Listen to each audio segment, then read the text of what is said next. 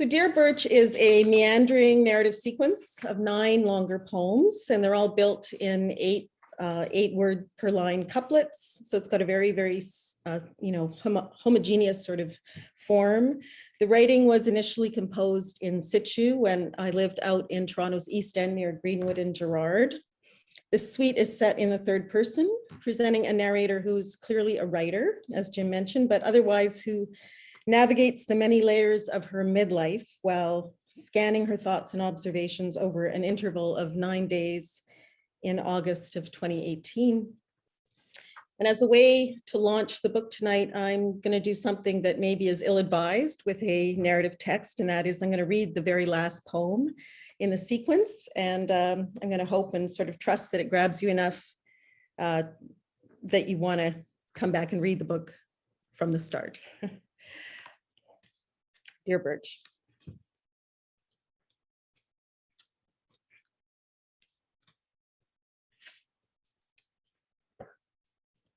August 28th.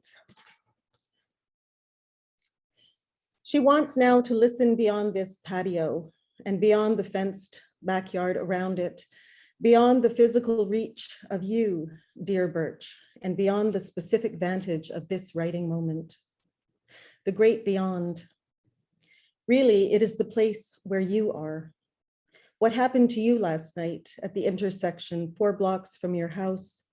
Were you en route from one space to another, not quite arrived, in the middle of a stroll you know well, when something unusual occurred and you felt yourself turning slowly to allow your view of the happening as your streetcar trudged past it? Did you glimpse any bodies being moved from the wreckage? She saw 2, first from the small crushed car, then from the space between 2 cars at the curb. It was all in shadow, outside the floodlit cone from a police cruiser's headlamps, aimed at the convenience store parking lot, where a group of figures was being held in line. Several cops extended their arms with just the left wrist rotating side to side, the silhouette of their fingers flicking toward the lot's eastern edge, as if choreographed by Lucinda Childs. People complied. It was weirdly quiet. You got off 2 steps later and walked up the dark street under swaying tree branches, beneath the movement of thousands of dark green leaves, each flickering and ushering a small scrape into the night air. You thought of the birch in your backyard and how, in the morning, in daylight, you would sit at the ironwork patio table and write about the past, the immediate past, which was gateway to the distant, acute, specific past. You were always, or often, writing about your own past, which was soaked in the floodlight from your own headlamp. Outside the bright yellow cone, there were unnoticed objects and events. There were people and shadowed cops, the arms of the state, and others cleaning and caring and moving bodies that on that night had fallen somehow or been hit or were dissembling.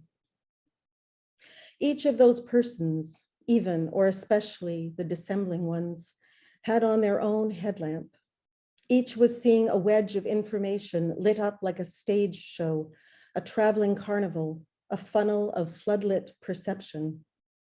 If you begin to look closely, you could see evidence of how this was true. We were in a mine. Every one of us wore a miner's headlamp, and it was always perennially on. The glare of it, however, made it difficult to discern the others. You had to correct for distortion, like when parking a trailer and relying on the rear view mirror jutting from the left side, beyond that strange space between the square window and the triangular window. A trick in calculation was essential. Otherwise, you'd back into a body out of nowhere and the light would vanish. When the wind picks up, it makes your entire canopy, dear Birch, thrash like a teenager in a mosh pit. While this goes on, a 20-foot delivery truck backs down the lane with its purple-blue beeping alarm loudly signaling to the neighborhood that no one can see anyone else and that it's your own fault if you don't understand this. Your high leaves are shimmying and rattling against the breeze, and if she dials up her listening, she can enter a virtual synthesis with a globe 10 meters above her of flapping, susurrant, wind-engorged foliage, now competitively answered by the cicada choral garland, zinging and drilling overhead at the same pitch as your load of wind. To hear any of this and certify its avant-garde brilliance, she has to sit in the iron chair and appear to everyone in her immediate and remote past like a layabout on perennial holiday. No other person will attach the word labor to her body. The delivery truck driver will gun the engine and leave, moving forward this time, droning rhinoceros. And the east neighbor will arrive on her back deck with a contractor for a boisterous renovation consult, where the agreement is struck for new skirting, step tops, new decking, rebuild this, make it look new, might as well. Whether relatticing is part of the contract is left to the renovator's discretion. The neighbor's dog is going ballistic inside the sealed cell of her kitchen. The builder is vying for extra improvements. Bright yellow beams of light glaring from the communion of their headlamps are fanning through the fence and strobing onto this patio, and they are peering through slats as if her writing body doesn't exist, and the builder pronounces the general figure 10,000, then no, 10,850. He hopes he is competitive. The neighbor is poker voiced. Their meeting dissembles. Breeze, you, dear Birch, cicadas, the wind chimes, the GO train, and several sirens all in concert whip up a furious crescendo, and she is smelling the wide green lawn at her family's cottage, where labor must always appear to be in progress, and this labor must involve the timely replacing of older things with newer things, which she understands is beneficial. Nothing in this text will be beneficial. You exist in her dreaming alongside a large cat, floral memories of a couch, and lunchtime bicycling. This environmental exercise is extraneous. Last night she saw R and repaired some of their boycott. They sat on a pair of poplar stumps deep in R's courtyard in darkness under the dense span of a beautiful variegated tree that she recently confirmed was a young horse chestnut. They spoke in low tones, laughed softly. Some negotiation of their attachment was jiggled into place, like the laying of much of the perimeter and a few obvious puzzle pieces onto the vinyled surface of a card table, agreed to remain set up in a quiet corridor, as in her mother's nursing home 3 summers ago. You could always come by to insert a few small shapes into the gradually forming larger shapes. You had to be patient with all the blank areas. They got to drift and become more or less discernible, and occasionally a few random guest pieces would be positioned as free floaters unattached to any of the puzzle structure in process, but laid in, made operational. All that could be said was that they were imagined to belong on the table in the general terrain of part of the puzzle, that a soft pitch was being played, which could also be seen as courageous, visionary. Attachment was the puzzle. Monogamy was the blank field or sky.